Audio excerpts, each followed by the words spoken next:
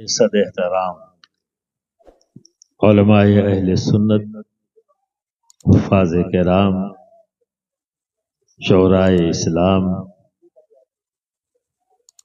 بالخصوص مفتی راجستھان حضرت شیر محمد صاحب قبلہ اور میرے معزز سامعین کرام، السلام علیکم ورحمۃ اللہ وبرکاتہ۔ وعلیکم السلام ورحمۃ اللہ وبرکاتہ۔ نحمده ونصلي على رسوله الكريم، اما بعد، واعوذ باللہ من الشیطان الرجیم، بسم اللہ الرحمن الرحیم، اهدنا الصراط المستقیم، صدق اللہ العظیم وصدق رسولہ النبی الامین الکریم، ونحن على ذلك لمن الشاہدین والشاکرین والحمد للہ رب العالمین۔ بہت زیادہ وقت نہیں کہ کوئی تفصیلی گفتگو ہو، انشاءاللہ رات میں۔ اتفاق سے آج دو لوگ موڈ بنا کے بیٹھے ہیں رات میں، اللہ خیر کرے اس علاقے میں۔ یہاں تو وقت کی پابندی ہے، رات میں نہیں ہے، فجر پڑھوائی تو اٹھائیں گے انشاءاللہ۔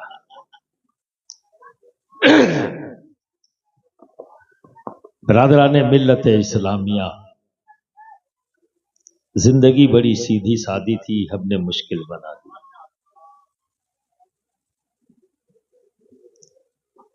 اور آج اسی مشکل سے نکالنے کے لیے، اسی سیدھے راستے پر چلانے کے لیے عزیزم غلام مصطفیٰ صاحب اشرفی نے آپ کو یہاں بلایا، اور دور دراز سے علماء اہل سنت جماعت کے ذمہ داران دور دراز کا سفر کرتے ہوئے آپ کے درمیان میں ان کی دعوت کو قبول کرتے ہوئے آئے۔ اکثر یہ میں سنتا ہوں، جو اکثر تو یہاں بڑی عمر کے لوگ بیٹھے ہوئے ہیں، جب ان سے کوئی دینی سوال کیا جائے یا شریعت کا کوئی مسئلہ پوچھ لیا جائے تو کہتے ہیں حضرت ہم لوگ عالم نہیں ہیں، مدرسے گئے نہیں، پڑھا نہیں، اسکول نہیں گئے، اس لیے ہم نہیں جانتے۔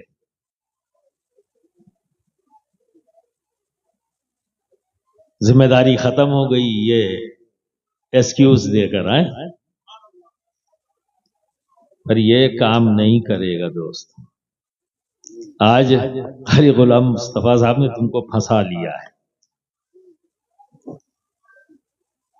علم حاصل کرنے کے لیے صرف ایک ہی ذریعہ نہیں کہ لکھ پڑھ کر علم حاصل کیا جائے، صرف ایک ہی نہیں، یہ تمہارے بچوں کے لیے ہے، آپ کے لیے بھی ہے۔ آپ یہ کہہ کر بھاگ نہیں سکتے کہ ہم مدرسے اب کب جائیں، اب تو بڑے ہو گئے، عمر اتنی ہو گئی، کیونکہ علم حاصل کرنے کے لیے ہمیں مدرسہ جانا ہوگا، اسکول جانا ہوگا، کالج میں جانا ہوگا، اب تو عمر نکل گئی، حضرت کیسے علم حاصل کریں؟ اور جیسے مفتی صاحب قبلہ نے کہا نا، علم نور ہے اور جہالت اندھیرا ہے، اور ہماری فطرت میں ہے کہ ہم اندھیروں سے وحشت ہوتی ہے ہمیں، اور کبھی غور سے سوچنا، یہ وحشت جو ہمارے دماغوں پر، ہماری قوم پر طاری ہے، وہ کچھ اور نہیں، یہی وحشت ہے جسے ہم اندھیرا کہیں۔ علم سے دوری، ایک صاحب علم کا کانفیڈنس وہ بالکل الگ ہوتا ہے، اسے کہیں بھی بھیج دو گھبراتا نہیں ہے۔ ایک چھوٹے سے گاؤں سے نکل کر امریکہ جانا ہو اسے تو کوئی پریشانی نہیں،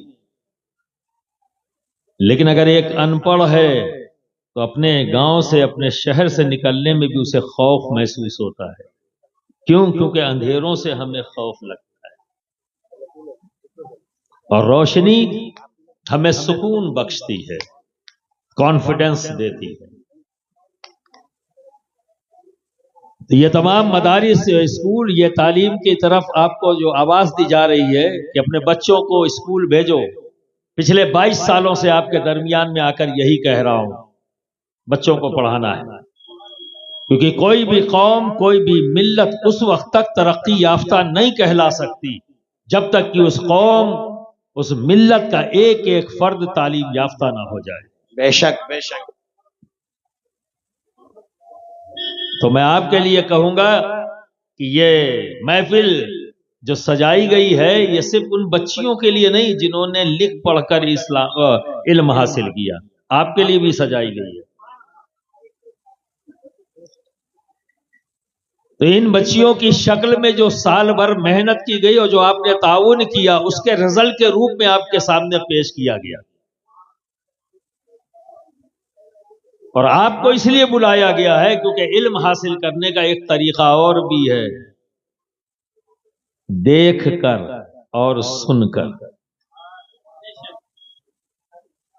ضروری نہیں ہے کہ اگر آپ کا وقت نکل گیا کہ لکھ پڑھ کر حاصل کریں تو ایسا نہیں، مایوس مت ہو، ابھی بھی وقت ہے۔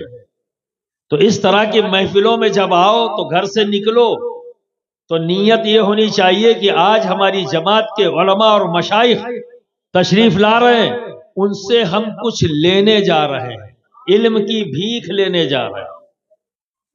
کیونکہ ابھی بخاری شریف کا آخری حدیث کا درس دیا گیا اور پہلی یہی ہے، اسی کے بیچ میں سب کچھ ہے۔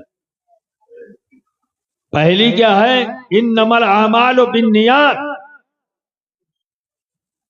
ہر عمل کا تعلق نیت سے ہے۔ اور آخری کیا ہے جو ابھی آپ نے سنی؟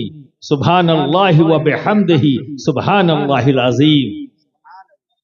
تو پوری زندگی کا جو معاملات ہے، کیا کرنا ہے، کیا احکام ہے، کیا مناقب و فضائل ہیں، وہ سب اس پہلی حدیث اور آخری حدیث کے درمیان میں ہے۔ اور پھر اگر چوک جاؤ تو آخری کو 101 بار پڑھ لو تو سمندر کے جھاگ برابر بھی اگر تمہارے جرم ہیں تو اللہ اسے معاف کر دے۔ سبحان اللہ سبحان اللہ۔ تو نیت، یہاں منورنجن کے لیے آئے ہو تو کوئی فائدہ نہیں، اور اگر لینے آئے ہو تو علم حاصل کرنے کا ایک طریقہ یہ بھی ہے، دیکھ کر اور سن کر۔ میں لفاظی نہیں کر رہا ہوں، مفتی صاحب نے بار بار زور دیا لفاظی نہیں ہونی چاہیے۔ میں ثابت کرتا ہوں دنیا کا کوئی مفتی ہے کسی میں دم جو یہ کہہ دے کہ صحابی رسول عالم نہیں تھے؟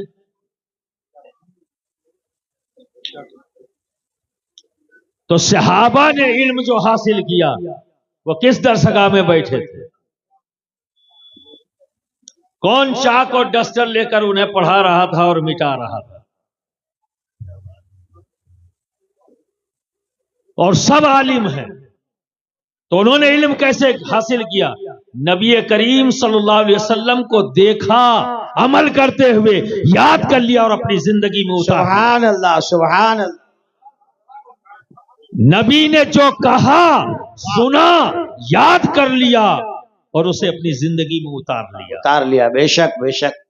اور صرف اپنے تک محدود نہیں رکھا، جو دیکھا عمل بھی کیا، یاد بھی کیا، عمل بھی کیا اور دوسروں کو بتایا۔ جو سنا، یاد کر لیا، عمل بھی کیا اور دوسروں کو بتایا۔ تو تمام صحابہ کا علم کا سورس کیا ہے؟ لکھ پڑھ کر نہیں، دیکھ کر اور سن کر، دیکھ کر اور سن کر۔